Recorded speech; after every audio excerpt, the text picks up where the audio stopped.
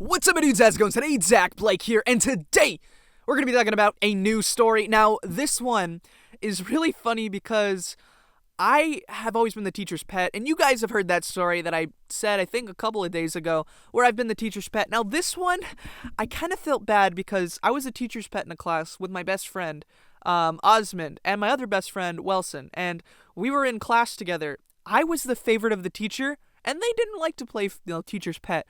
And they just got the butt end of the teacher's stick because that teacher was so biased. And so what happened was, in the beginning of the year, this was just a basic English class because it was my senior year. And I was just like, I don't want to take an AP class. I'm just going to take normal English.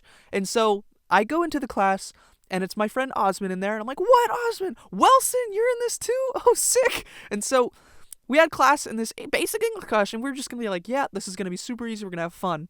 And so as the year went on, this guy was the equivalent of, like, Michael from The Office. This teacher was the teacher that tried to be cool, but also the teacher that wanted to be listened to. So, like, for example, there was a guy named AJ in our class. He was, like, a football kind of jock-looking guy, but he was okay. He was a nice guy. And so he came in with food one day, and he came in with food, and my teacher looked at him and went, yeah, dude, you're going to have to throw that away. And he's like, well, can I just finish it outside? No, you're going to have to sit down. So I have to throw it away right now? And he's like, yeah, come in here, sit down and throw away your food. Really, dude? Yeah, you got to throw away your food, dude. And so he takes one last bite, goes outside, throws away his entire thing. I think he had a burrito, and he threw away his entire burrito. He comes, he sits down angry, and then, like, 5 minutes into the class, the teacher is trying to be, like, cool. He does this little lecture, and he's like, yeah, so, and then he does, like, a little quirky joke, like, yeah, dogs are canines. Am I right, AJ? Right? You have a dog, right? Hey, AJ. And AJ's just, like, pissed off because he had to throw away his burrito. And he's trying to be buddy-buddy with AJ now. He's like, hey, buddy, yeah, you have a dog? You have a dog? And AJ's like, no. God, come on, what's wrong? What's wrong? And AJ went, what's wrong? And turns around and is just like, what is going on? And so it was things like that. Now, that's, like, not a perfect thing, but if you imagine the entire year, a teacher who wants to be the strict and the fun teacher, because he wanted to be the favorite. He wanted to be the guy who's like, oh, that's my favorite teacher. He's cool, but he teaches me and he's my role model. And so he could never get that. But being a teacher's pet, I kind of gave him that void, where he never got it. And so Osmond and Wilson hated the fact that he would assign stupid assignments, which I did too, but I kind of just sucked it up because I was like, I guess I'll do this. And then, so what happened was, he was talking to me one day, and I told him how basically I was in AP classes, but I didn't want to do any AP because I wanted an easier, year for senior year. And he was like, oh, cool, so you were in AP before. And I was like, yeah. Wilson and Osmond were as well, but they didn't tell him that. And so what I did, when he did assignments during the class, he would just basically say, okay, I want you to write a journal. I'll just do 5 points, and I just want you guys to read it out. And anybody who volunteers will get points.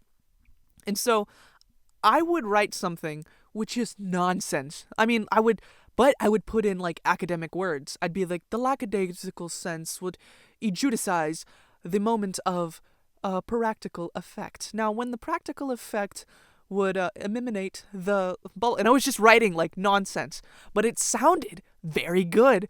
And, here and there were, like, some things where, like, as you can see, the topics that we read were very superfluous for my taste, as they didn't really adapt to mine type of knowledge. And so, like, I would volunteer to read like a 2-sentence thing that would just have academic language, and he'd be like, wow, Dakota, that was amazing, come up here, I'm gonna give you some extra credit. And so from that point on, he was kind of giving me favorites, and so it was kind of like a buddy thing. And I kind of felt bad for Osmond and Wilson because they were just doing what they were supposed to be doing. They didn't really have a relationship with the teacher. And so as the year went on, this is where it kind of got more painful, because at the end of the year, we had to write this stupid assignment where we read all the same articles. We had to get all the same evidence from the articles, but we can't get the same evidence. Now, to explain this, imagine I give you 10 articles to read. From those 10 articles, I want you to get, like, 7 quotes. Now, I give another person the same 10 articles, and I say, find different quotes. Like, be different. And it's weird because it's like, how am I supposed to know that guy has different quotes? And it's like, oh, we got to work together and try to find different meanings. It was just a stupid assignment. And then we had to write like a 10-page term paper essay, and then we had to find 10 more articles. And it seems like a kind of repeat of other teachers who just want to give you busy work. And so this busy work was going on in class all the time, and he would give us time to work on it in class. I'd just be writing stuff. I had no idea what I was writing. It was kind of just BS. I just did the same thing I did in class by writing some academic language in there, sweet talking them up like, oh, this is a really cool assignment. It kind of allows me to judicate the amount of time to think about various topics. And so, like, you'd be like, wow, yeah. It's like he didn't even know what I was talking about, and I was just kind of teaching him. And so when it came down to the turning in the paper, I would turn it in, and I had all my things, finished on it. I had note cards and stuff that we had to do that were stupid as well. And throughout the whole thing, Osman was thinking, this is stupid. Why do we have to do this? We're treated like little kids. We have to make flashcards and try to get our sources together and all that stuff. And we can't just write it. Just tell us to write it and we'll write it. And so what happened was we got it back, and I got an A. And Osman and Wilson got it back, and they got a C. Like, not anywhere close. But their work was like just as good. It was just as long. Followed the same format, used the same cards, had the same sources, the 10 sources that he gave us, plus the extra sources that they got for something else, and they got a C. It was basically saying, hey, everything was good except for the you part in the thing. All the commentary that you put in, yeah, that sucked. You know why? Because I don't like you. And so it felt so bad because they had really bad grades towards the end of the class for no reason other than the fact that they didn't do what I did and kiss up. And so that's just another reason to be a teacher's pet, so you don't have to deal with the negligence of a bad teacher. Nevertheless, I hope that you have luck in the future, guys, with all of your teachers, all of your professors in the future if you go to college. And if you're in college, maybe right now you're getting some sleep and preparing for finals. So thank you guys for watching. I love all of you guys out there and all the support. Subscribe if you're new, and if you already subscribed, click that bell down there for all the notifications you ever need. Thank you guys for watching, and as always, peace out, my dudes.